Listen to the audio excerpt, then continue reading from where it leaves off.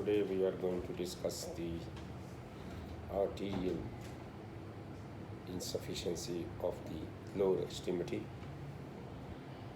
The arterial insufficiency of the lower extremity consists of two types: acute arterial insufficiency, which is called critical limb ischemia, or chronic arterial insufficiency of the lower extremity. First, we will discuss the acute arterial occlusion of the lower extremity. As you know, the common iliac artery arises from at the bifurcation of the aorta into right and left common iliac artery, and the common iliac artery divides in internal iliac or hypogastric and the external iliac artery.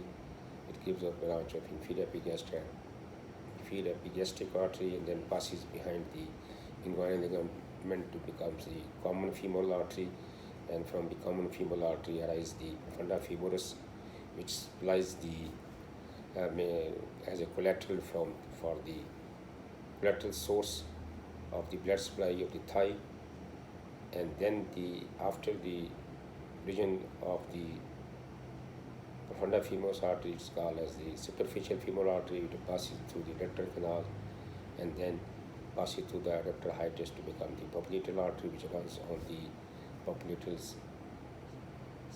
surface of the popliteus muscle between the two heads of gastrocnemius, and then it divides into three branches in the lower part: anterior tibial, posterior tibial, and peroneal arteries, and later on they convert into the pedal arteries, dorsalis, pedis, posterior tibial, and the peroneal, and they form the arches of the foot, arterial arches of the foot, which gives off the digital artery which supplies the toes of the lower extremity.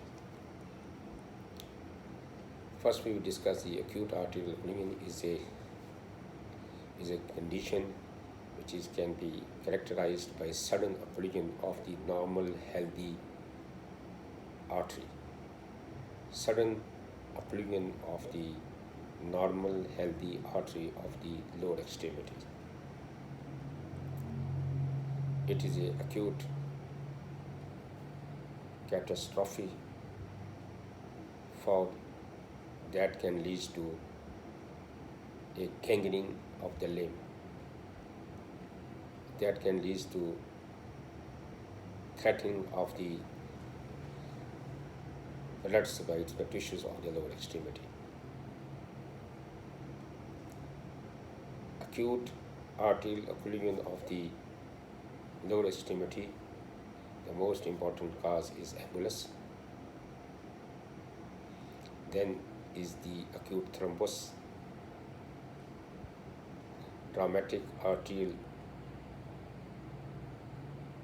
occlusion as a result of the stab injury or the blunt injury, which leads to cut off of the arteries.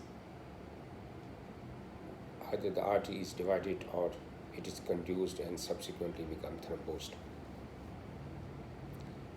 And the other causes are peripheral microembolization, or these are the main causes. One is the embolus, thrombus, trauma, which may be penetrating trauma or it may be blunt trauma, that jeopardize the blood supply of the injured extremities, and the peripheral microembolization.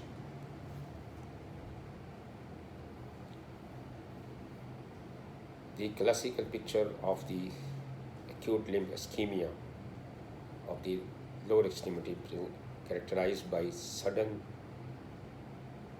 severe pain in the extremity. And if you look at the extremity and compare with the opposite extremity, is deathly pain. Then there is also a loss of sensation or paresthesia,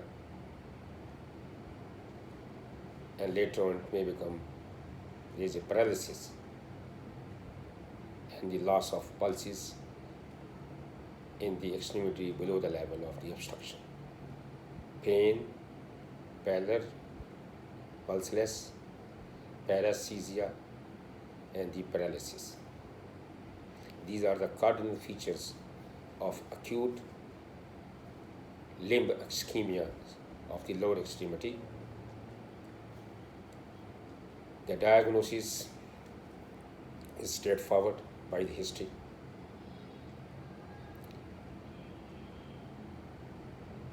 And the most important cause of the embolus is the heart, that is cardiac arrhythmias, especially valvular with atrial fibrillation. That is the source of embolus, which can get lodged into a normal handy patent artery of the lower extremity. The second cause in the heart may be myocardial infarction with the intraventricular clot that embolize and cause acute occlusion of the arterial system of the lower extremity. Rarely you can also find in the heart is atrial myxoma. So cardiac arrhythmias, myocardial infarction and intraventricular clot, or you can have rarely the atrial myxoma which embolize and may cause acute occlusion of the arterial system at any site. Second common source of emboli is the proximal arterial system, and that is a rupture of the atheromatous plaque which gets lodged in the arterial system. The common site of aneurysm is the abdominal aorta. There is also a formation of clot inside the aneurysm, but is rarely embolized. The peripheral embolisms, the peripheral aneurysm, they are more notorious for embolization with the clot formation in the aneurysm. So distal thromboembolization of the peripheral aneurysm is more common, rather the embolization from the aneurysm of the abdominal aorta.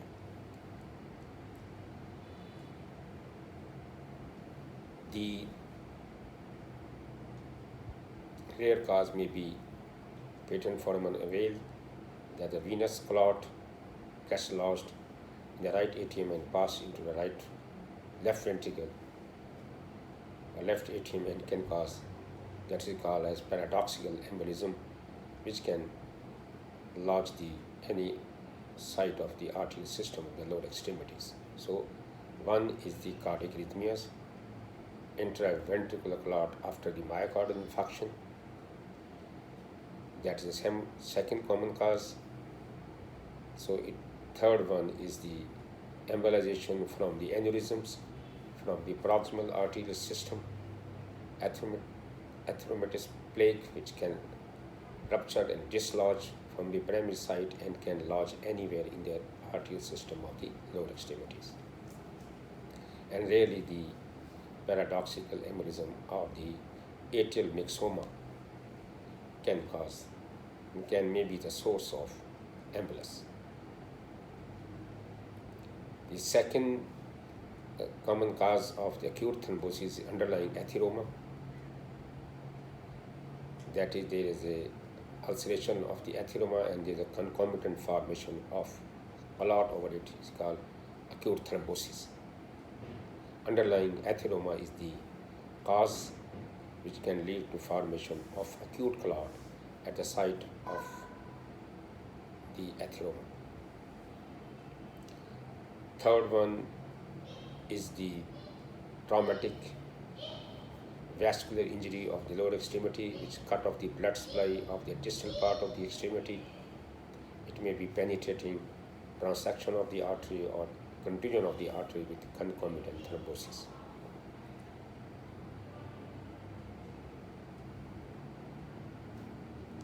And the fourth common cause is the microembolization, which can present as blue toe syndrome, the emboli, the source of the lesion is the aortoiliac segment, atherosclerotic plaque rupture, and small emboli then go into the digital arteries, which can cause severe pain in the toe, become cold and blue. And then there is also a numbness in that toe. Later on it may recover, because in this case you find the rest of the vessel, they are normal circulation of the foot, with one toe become blue. This is the evidence of embolus, small embolus, which has come down and locked the digital artery, then cause pain, cyanosis, and later on sometimes changes reverse or sometimes changes become worse. That is microembolization. The segment which is at fault is the aortoiliac segment, atheroma, which results in distal embolization of the smaller clots into the digital artery or mitral, or the valvular heart disease such as subacute endocarditis, with emboli, the small size, they lodged into the small size digital arteries and produce a classical syndrome is called blue toe syndrome. That is a result of microembolization. The important thing is that this acute arterial occlusion is embolus or thrombus, acute thrombus.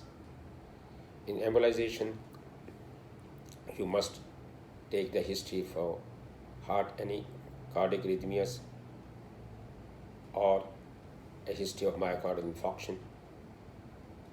Two things were very important in history, and you must auscultate the heart or echo in ECG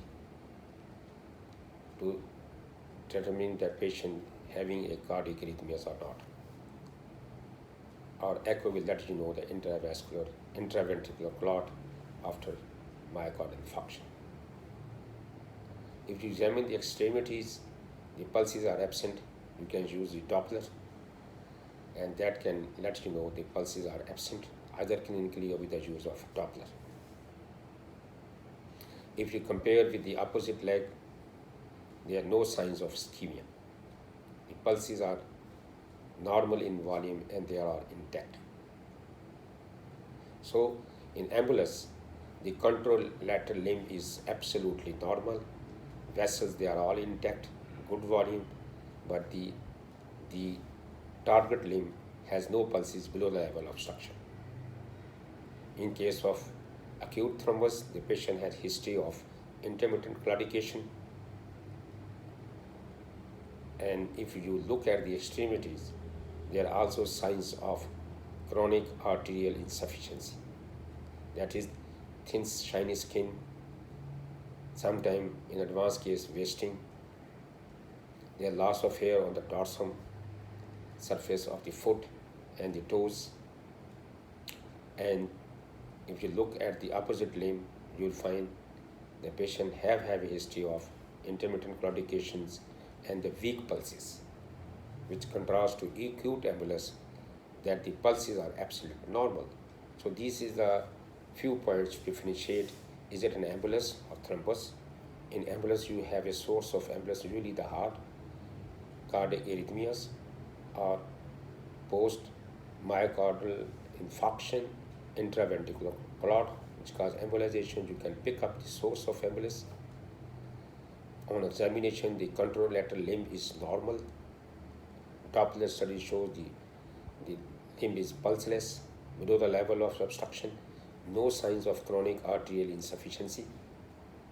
Regarding the acute thrombosis, majority of the patients, they have underlying atheroma. The atherosclerotic plaque gets ulcerated, and as you will find the concomitant formation of the clot. But no evidence of source of embolus. Heart is normal, echo normal, ECG normal, and Doppler study shows the absent pulse is below the level of obstruction, but there are definite signs of arterial insufficiency, chronic arterial insufficiency in the same extremity and also in the contralateral extremities. The pulses on the contralateral limb, they are also weak, and there are also signs of chronic arterial insufficiency, because acute thrombosis is always from underlying atheroma which gets ruptured, ulcerated, and over it there is acute thrombus formation.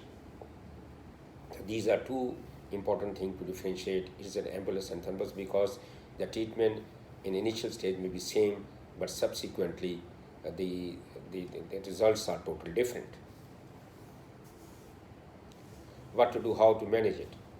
Patient come with acute pain in lower extremity, young man, diagnosis embolus or thrombus. The first thing you should do, you put a IV granula, give morphine 0.2 milligram per kilogram body weight immediately, and the important thing, you heparinize the patient. It will prevent the propagation of the thrombus. 5,000 IV stat, and plus the strong non-cortisone analgesics, and then you evaluate for the thing is a acute arterial insufficiency because of embolus or thrombus. You can get the findings in time for the diagnosis by taking history and clinical examination of the patient with, and also give your time for the management to take the patient to the theater. If the fine touch is intact, you have a time, because the sensory system is first to become ischemic and salt, because it's very sensitive to hypoxia. So if the sensory fine touch is intact, you have a time to do the arteriogram to see the location of the embolus. And if you find there is a sensory loss or motor loss and there is no time, because it is very important you establish the circulation within 3 to 4 hours. If the hypoxia persists more than 4 hours, irreversible infarction of the muscle occurs, which can lead to gangrene, and that may need amputation. So it is very important. The time at the onset of the pain determines the time at the arterial occlusion. If the time is more than 3 to 4 hours, usually the irreversible changes occur in the muscles, in the nervous tissue, and also the skin and the subcutaneous tissue. So, establishment of circulation after 4 to 6 hours is of no use. It is more detrimental, and it can lead to even high degree of mortality of the patients. So, it is very important if the limb is threatened, that is, there is acute threat that if you will not do immediately, you will lose the limb. The limb is threatened, that is, motor and sensory loss is there, immediately take the patient to the theater, even under local anesthesia. You do the common site of lodging of the embolus is the fempopliteal segment in the superficial femoral artery in the adductor canal. The common site of embolus lodge is the aortoiliac segment or superficial femoral artery. You do the arteriotomy, pass the Fogarty's catheter number 4. First, put in the proximal site. If there is embolus above, you can wash it out and then close the proximal, and distally you put the Fogarty catheters and do the embolectomy. After doing embolectomy, you can see that there is a backward flow, and you should also heparinize fluid you should put into the distal segment of the artery. Or some people, they may have an adjuvant thrombolytic therapy, which is not required in case of embolus. Heparinized solution 5,000 heparin solution in 500 cc of normal saline, and after embolectomy you wash and put this heparinized solutions into the distal extremities, and you close the arteriotomy in a transversely. The wound in the artery should be stitched transversely by the 5060 Porodi. That is the treatment of embolectomy. You can do under local anesthesia. If there is a acute, the limb is threatened because of loss of sensory and the motor functions, then the embolectomy can be done under local anesthesia. The site of the artery is arteriotomy, that you make incision, vertical incision in the common femoral artery, and pass the Carty catheters proximally and distally and perform the embolectomy, and followed by the heparinized solution in the distal part, and close the arteriotomy in a horizontal. Longitudinally, you make a slit in the artery and you close the slit or wound in the artery horizontally with the interrupted suture or continuous, depending upon the surgeon preference. That is the treatment of acute critical limb ischemia, and it should be done within 3 to 4 hours of the occlusion. When you complete this operation, sometimes you find there is a swelling and pain in the calf muscles.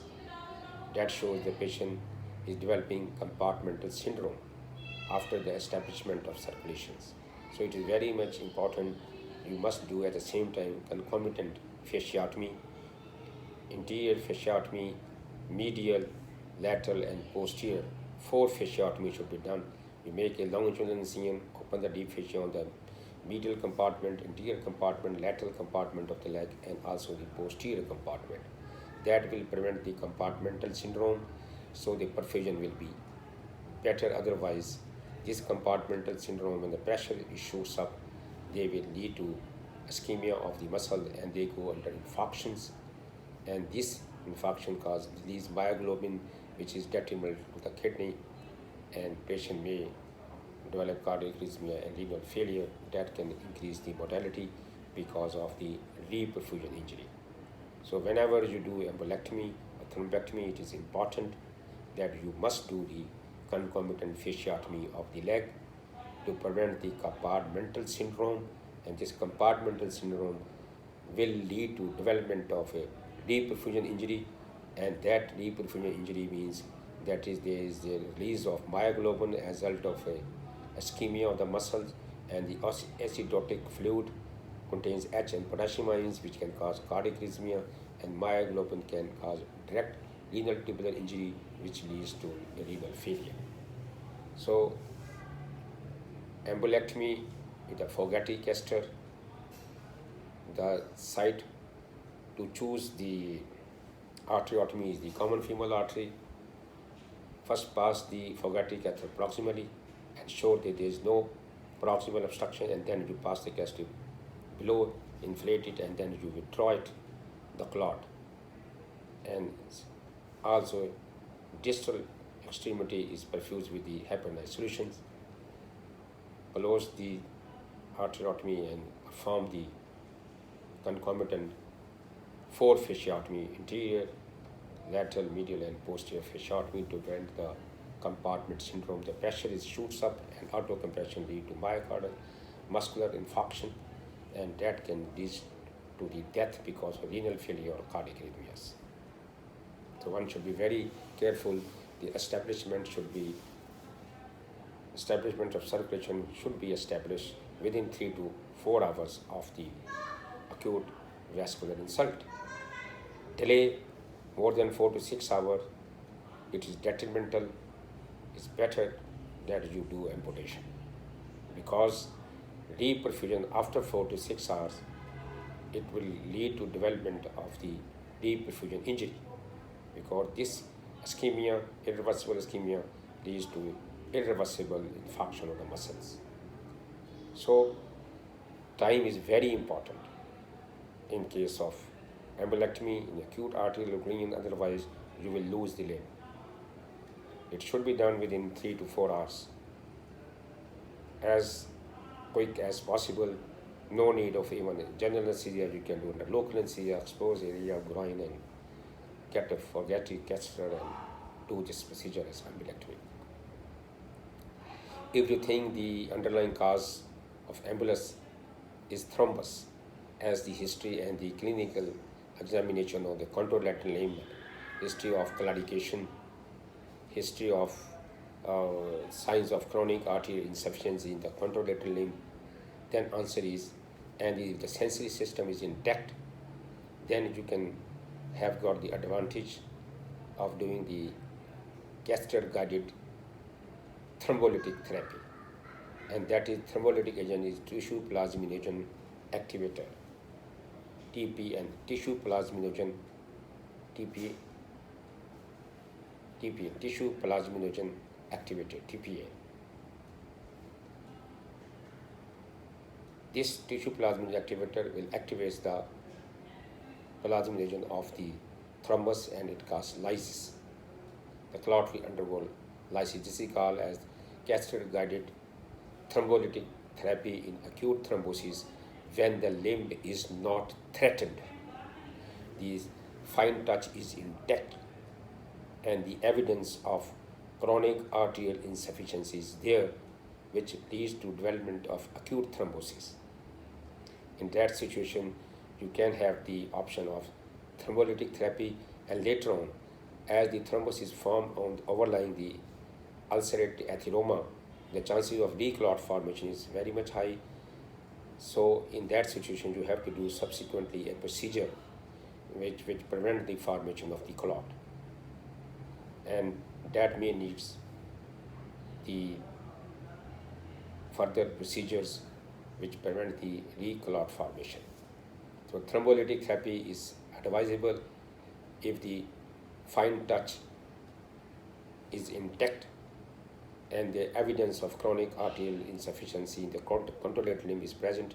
You can have the option of thrombolytic therapy for acute thrombosis, and this thrombolytic therapy is low doses tissue plasminogen activator, TPA,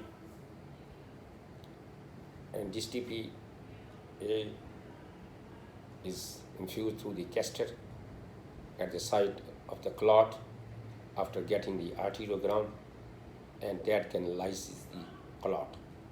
But the underlying atheroma, which is ulcerated, is bound to have a new clot formation, and subsequent treatment will be later on. What to do is you have to place the stent temporarily, or later on you may need a bypass procedure to prevent this further sequelae of the atheroma, which is ulcerated, that has a higher incidence of declot formation.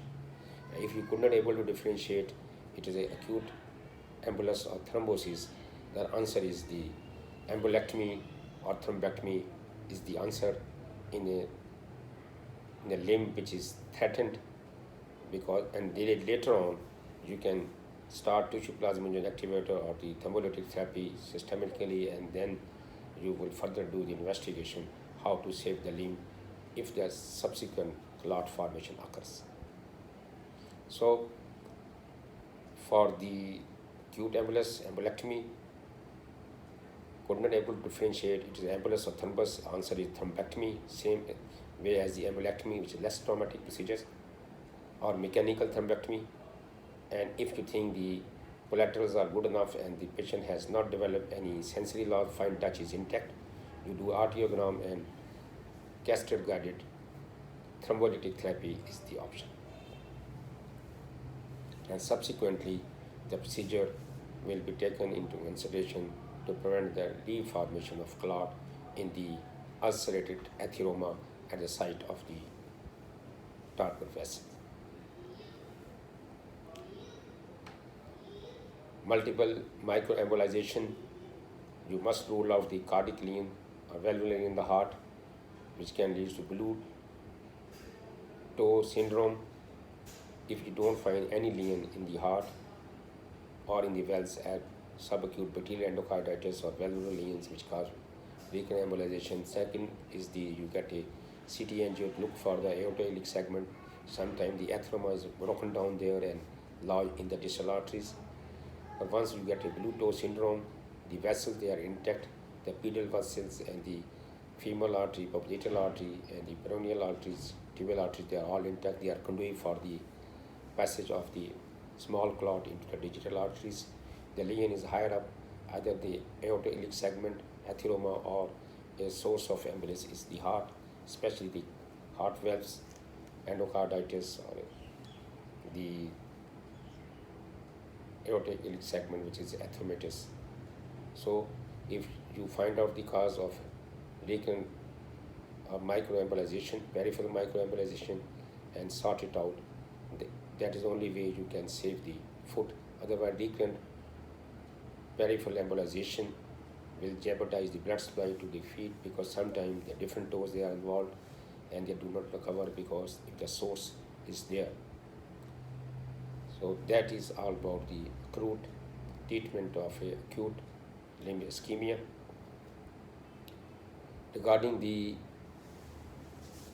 acute limb ischemia of the upper extremities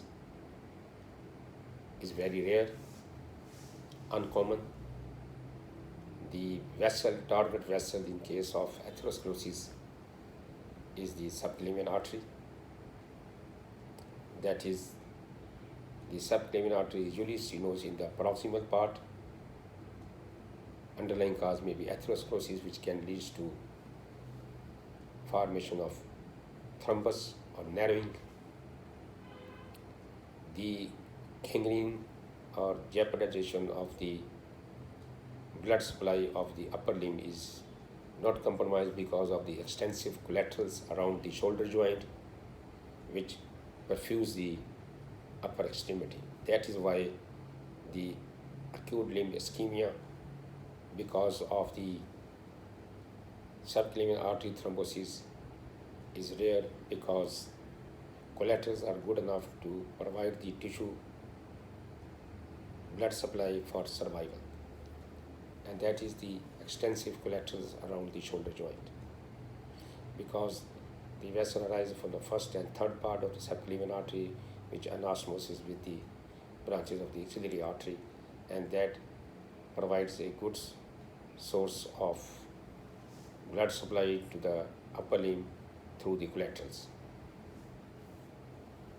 The common lesion you find in case of the upper limb is called thoracic outlet syndrome.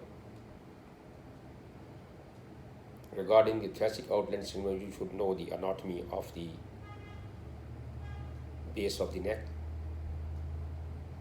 You know, on the base of the neck, first rib arises from the first thoracic vertebra. The first rib, and on the first rib you find the scalene anterior, scalene middle, and scalene posterior. Then the brachial plexus lies on the first rib. Subclavian artery also passes over the first rib. Subclavian vein also passes over the first rib. The brachial plexus, especially the lower part of the brachial plexus and the subclavian artery, lies on the first rib. The subclavian artery goes behind the scalene anterior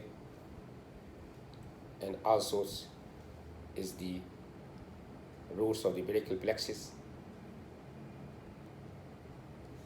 The subclavian vein also runs over the first rib behind the clavicle in front of the scalene anterior. Artery is behind the scalene anterior. Brachial plexus, roots of brachial plexus also behind the scalene anterior, but in front of the first rib. Subclavian vein behind the clavicle, over the rib, first rib, and also in front of the scalene anterior. The common cause of thoracic outlet syndrome is cervical rib. Second rare cause is the hypertrophy of scalus anterior on any fibrous or ligamentous anomalous tissue. The most of the problems of the thoracic outlet syndrome is neurological. That is irritation of the brachial plexus because of cervical rib. The lower part of the brachial plexus is stretched. That is CAT1. The patient complained of pain in the neck, behind the neck, or in the upper extremity along the distribution of the CAT1 because the lower part of the brachial plexus is C8 and T1.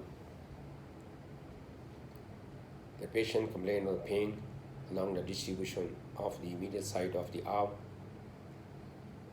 in the distribution of ulnar nerve. There is also a wasting of the intrinsic muscle of hand, weak flexure of the wrist. This is a neurological symptoms, and the important test you can do it that in special certain posture that alter the anatomic relationship with the first rib. The second important thing is a case of a thoracic outlet syndrome or cervical spondylosis or a carpal tunnel syndrome. One is the classical distribution of carpal tunnel syndrome is the pain along the distribution of the median nerve, 3.5 fingers,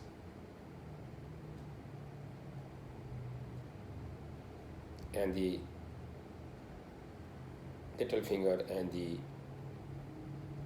half of the ring finger is spared. That is the distribution of the median nerve cutaneous distribution in carpal tunnel syndrome. In cervical spondylosis, it is basically radiculitis. The pain is along the distribution of a particular dermatome. Sometimes it's very difficult to differentiate. The best test to rule it out is a case of a carpal tunnel syndrome or a cervical spondylosis or a thoracic outlet syndrome is the peripheral nerve conduction studies. Peripheral nerve conduction study is a very reliable test. It can appreciate and it can be rule out the cervical spondylosis and carpal tunnel syndrome. And that gives you the involvement of particular nerve, the trunk C8 and T1. So that is one test. You get an X-ray neck, including thoracic inlet. Look for the cervical rib if the patient is symptomatic. Majority of the patient they have a cervical rib bilaterally, no symptom at all in an adult or child age. But as the patient time passes, middle age, they may have got a alteration because of the various postures of the neck, anatomical alteration of the structure with the first rib, and that can cause this trouble of pain in the neck or in the arm. Primarily after doing the peripheral nerve conduction study, you advise the various types of physiotherapy and exercise to strengthen the shoulder girdle at least for 3 to 6 months. If the patient does not respond, then answer is surgical treatment. That surgical treatment of the thoracic outlet syndrome because of the neurological symptoms. After a fair trial of physiotherapy or various exercise which strengthen the musculature, which strengthen the shoulder, the treatment, surgical treatment is supraclavicular or transaxially approach. Majority of the general surgeons go through the cervical approach, supraclavicular approach, and they excise the cervical rib, axion of the first rib, and also do the sclerotomy of the division of the scalus anterior muscle. Majority of the patient they gets relief of the symptoms, after doing these surgical procedures. Of course, post-operative you have to have a physiotherapy and the patient got relief of symptoms. The second presentation of the thoracic outlet syndrome is because of the vascular, vascular obstruction. Because of the cervical rib, there is a stenosis of the subclavian artery and there is a post-stenotic dilatation, and that can cause the ischemia or pain in the limb. Limb become pale, painful, and these vascular symptoms may be progressive because of the embolization from the post-stenotic dilatation of the subclavian artery. Embolus can go there and can lodge in any of the digital arteries and can present as a Raynaud's phenomenon, or there is a ischemia or pain in the upper extremities. And if you look at the pulses, if you what is called Addison test, abduct the arm and turn the face to the opposite side, the pulse become weak or absent. This is Addison test. Normally it is present, but if the patient is symptomatic and you see the signs of ischemic pain, this test is reliable, but the best thing is the duplex scan or the arteriography, which will be very helpful and will diagnose a case of a subclavian artery stenosis or post-stenotic dilatation. Once it is diagnosed, the treatment is the surgical. You excise the first rib, cervical rib, and concomitant arterial narrowing with either the bypass or a section with the reverse saphenous vein graft. So that is the treatment which should be required, because in the majority of these vascular symptoms you have to treat the underlying thoracic outlet syndrome, the cervical rib, the first rib, and scalenus anterior.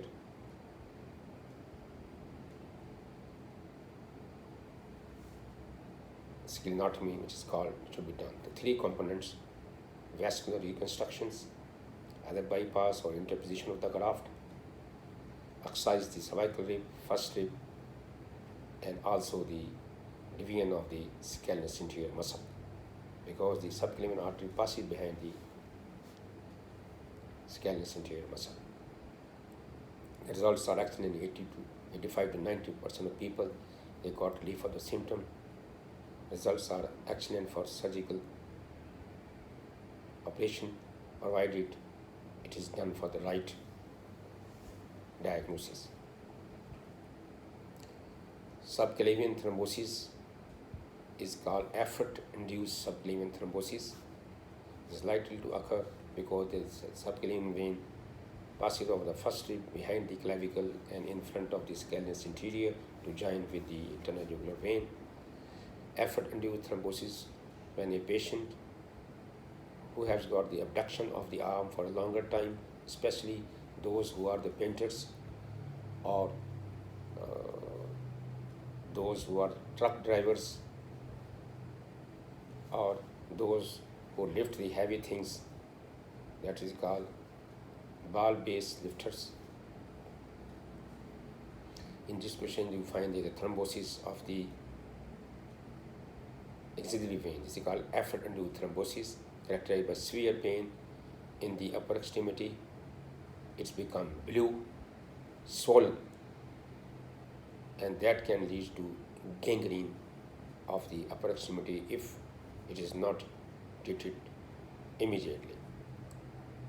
One option is you can have a thrombolytic therapy with TPA, tissue plasminogen activator, catheter guided, so it will lyse the clot.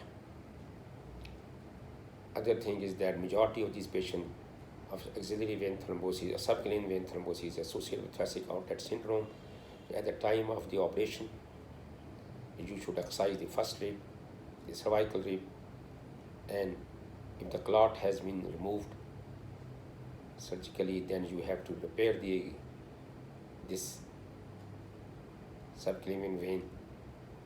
Results are excellent. So there are two things: either immediately if the limb is threatened is thrombolytic therapy, and if you think that need a surgical operation, then concomitantly after that on the operation you perform the procedure of cervical rib, first rib resection, sclerotomy, and you concomitant move the clot and repair the subclavian vein.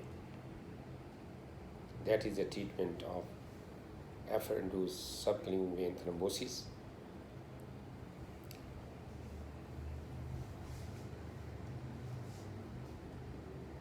And later on, that is about the acute arterial insufficiency of the upper extremity and the lower extremities.